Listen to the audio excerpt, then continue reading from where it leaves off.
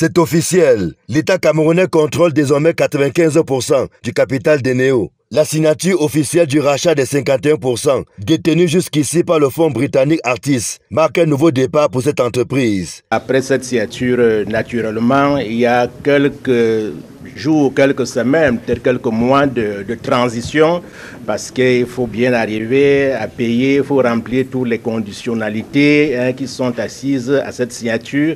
Mais ce qu'il faut retenir, c'est que cette signature consacre la reprise du contrôle de la société. Le montant de la transaction est fixé à environ 118 milliards de francs CFA. C'est le fruit de 2 années d'âpres négociations entre les différentes parties. Aujourd'hui, nous tournons une page avec sérénité et nous en ouvrons une autre avec ambition. Ensemble, nous voulons consolider les acquis et bâtir la nouvelle Eneo avec confiance, responsabilité et détermination.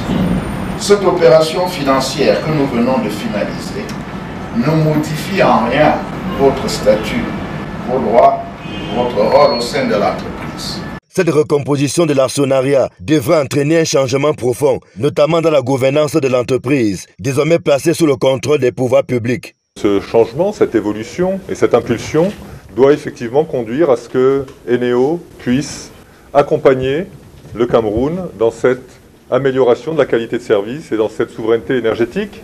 Je pense que c'est une opportunité pour l'entreprise de pouvoir poursuivre sa transformation et exceller dans le domaine de l'électricité, mais c'est également pour les hommes et les femmes d'Eneo une opportunité pour prouver leur savoir-faire, pour prouver leur mobilisation, démontrer une fois de plus le professionnalisme qui est le leur dans leurs activités quotidiennes.